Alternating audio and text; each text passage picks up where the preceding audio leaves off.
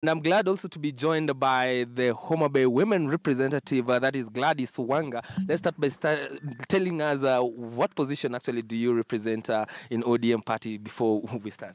I'm the Secretary for Parliamentary Affairs in the National Assembly.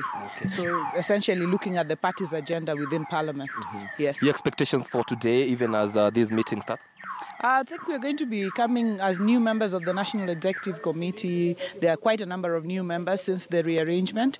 So we're going to be having an orientation and sort of just a briefing on what the roles in these positions are. But at the same time, we're going to be, of course, looking at the direction that our party is going to be moving in the coming days. So that is also a main item. Since the handshake, members from the opposition have been accused of losing track, and they seems to be warming up to government. And where do you leave the checks and balances?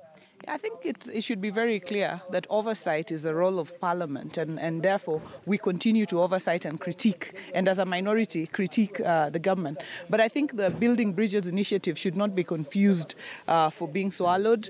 The Building Bridges initiative is a specific initiative by His Excellency Raila Amolo Odinga and His Excellency Uhuru Kenyatta to bring Kenya together under specific agenda: national unity, inclusivity, cohesion, and looking at what affects us during elections, so that we're able to deal with these matters moving forward. And this is a bipartisan initiative, and therefore we support fully this bipartisan initiative, and we want to give our full backing to our leaders so that we can have Kenya where not every election cycle brings tearing of the country apart. And I think both leaders are committed, and as a party we are committed, but we continue our role as an oversight, our role in oversighting and our role in critiquing the government. Talking of inclusivity, there are those from your side who have indicated that maybe amending the constitution might, and bringing on board the position of Prime Minister and his two deputies, is the good way to go in bringing inclusivity in government. But there are those who are opposed to it.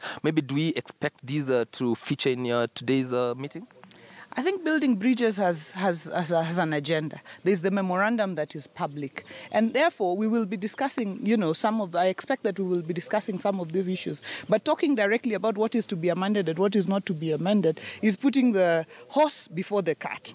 What we have is a team of 14, an advisory team of 14. We expect that they will be moving around the country. They will be collecting views. There will be public participation, and Kenyans will say, as far as inclusivity is concerned, this is what we expect to be done.